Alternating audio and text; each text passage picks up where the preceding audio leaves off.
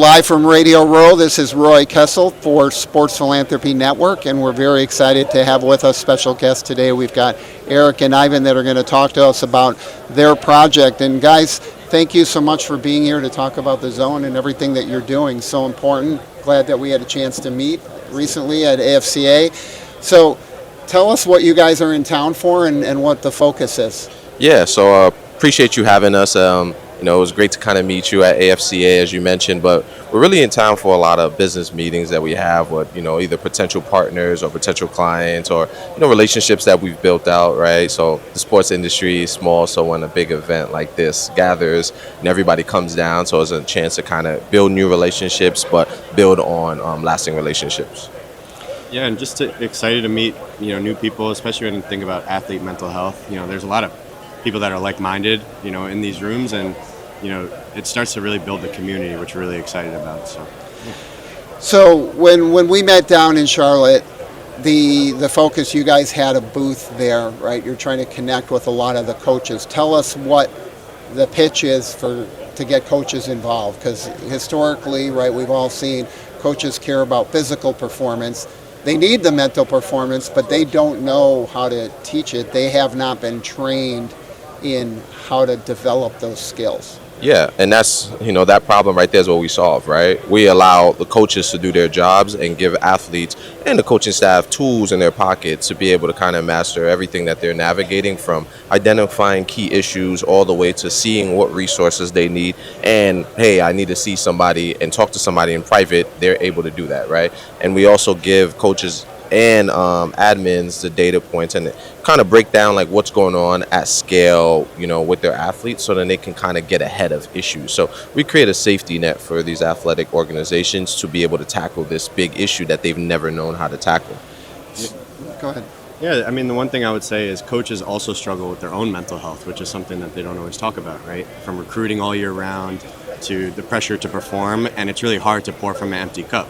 And, for us, we also look at, how do we help provide support system for everyone who's within the athletic program outside of just the athletes as well, because that's so important. They need to be leaders of their team equally so.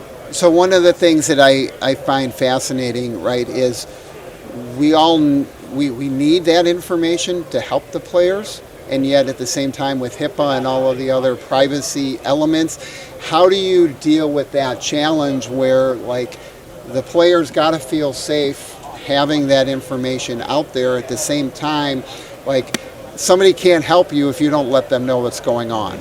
Yeah, so we did a real study before we launched the product with about over 1,000 athletes, and over time, what we learned is they do want their coaches to kind of know what's going on at scale. So basically, when I say at scale, team-wide level data, right? So they can see like, hey, how's the volleyball team doing? The volleyball coaches, how's the basketball team doing? But they can't see how Ivan or Roy is doing individually, right? So it gives the coach a pulse of like, hey, what's going on with my group?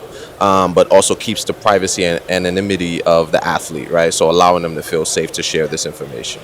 But don't we actually need the coaches or some staff to have that? Like, how do I help you? If you're the athlete and you're struggling, how can I help you? We've seen some situations come out in the media the last few weeks in college sports where players have said that they've been really upset, right, that a coach has spoken to their therapist or mental health provider, and that's caused a problem for them because they wanted to have that privacy. And the coach is like, I need to understand what's going on with my player. I can't help him or her if I'm in the dark. Mm-hmm. Yeah. So basically, I think when you kind of think about bridging the gap, right, we're taking steps. You got to take baby steps, right? Because the missing key is trust, right? So the athletes are like, well, if I give my personal, why would I use this, right? It's kind of what happened with another platform back in the day, well, a couple years ago, where they were putting the bands on and it was just reporting that, they were drinking and they stopped wearing it, right? So we kind of have to build trust in a gap, and we know that there's layers and the steps to getting there. So the first layer is, okay, we're giving you this team-wide data. What we have in the product roadmap is to start to allow athletes to kind of say, hey, I'm comfortable sharing this information with my coaches, but what we provide the athletes is every which way to get to, whether it's a clinician or a different staff member, to report how they're feeling with who they're comfortable reporting it to, right? It may not be the coach, and the coach may just have this team-wide data, but they can report it to the clinician, the counselor on staff through this digital app. They can report it to, a different admin person that they feel safe. So we want to kind of just give athletes a safe way to kind of do it without taking away their privacy, but also with supporting the athletic organization. It's a tricky slope, but it's baby steps to get there. It's hard, right? It's like, and we've got to open up to get help, but we don't like to open up because at the same time, we've seen that can be used as a weapon, right? Mm-hmm. People can weaponize that on social media. They can do that all kinds of other places, right? Even in just competing for a spot. If Eric and I are competing for a spot, right? Hey, if you know something about me, right, you know how to poke a hole in there, you know how to whisper some things in the locker room or to coaches that can hurt my opportunity or vice versa. So, you guys have been in town. Tell us a little bit about the pitch day, NFLPA pitch day. It's really exciting. I think to see companies go up there and see the future and different aspects of, the landscape that we're building, it's always a learning opportunity, but it's also always a community building opportunity, right? You get to meet a lot of business folks that once again, like I said, you've either had relationships with, and you can kind of continue ongoing relationship and see what people are doing in the space, right? So pitch day was great. We have a couple more events coming up throughout the weekend that we're really excited about. But yeah, and the one thing I would say is the NFLPA team, shout out to them because they're always forward thinking of how can we holistically support our players, whether it's mentally, financially, life after sports. And that forward thinking really sets the tone for the entire pitch day event.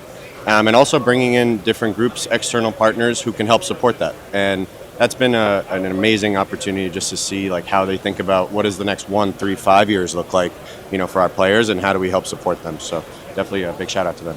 That's great. And we know that technology changes quickly, right? What existed, we're in 2025, right? What existed in 2010 is like 3 generations ago of dealing with mental health issues and technology. So take a look ahead for a minute.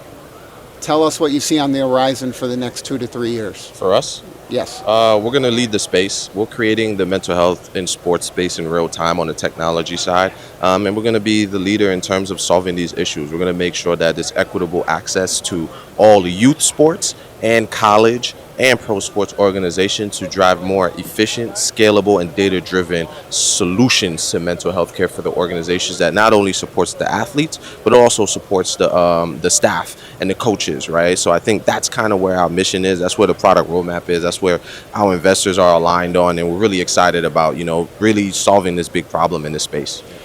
So Eric, as we get ready to wrap up here, tell people how they can reach out to you guys and what we can do as Sports Philanthropy Network and our community to help support your efforts. Absolutely. So you can find us at itsthezone.com and just looking for like-minded groups, like-minded partners to really help join us on this mission. It's about helping athletes, but it's more importantly about helping people. And how do we help them feel and perform their best, but just be their best selves. So itsthezone.com, and we look forward to hearing from them. Well, before we let you go, I know we had you guys fill out cards. Just before, we're going to have you stick them up here on our wall of philanthropy. Just put your hand behind there, and it'll... So we appreciate you filling that out, but I would like each of you to tell us what you picked and why. Ivan, we'll start with you. I pick athlete mental health. I think, once again, it's a topic. I was a former athlete, and I almost fell through the cracks, and I didn't, and support was there to really help me out. So, that's kind of what dives into our work. So that's why I picked it. And I'm a leading case of not talking about what you're struggling with. I'm a first-hand case study, and I know how many others out there may not be talking about it, and we all got to give a safe space. So that's why I'm really excited. Gentlemen, thank you for coming on. We appreciate your time today. Thank you. Good luck the rest of the week here at the Super Bowl. For Sports Philanthropy Network, this is Roy Kessel signing off from Radio Row at Super Bowl 59 in New Orleans. Please remember to live generously.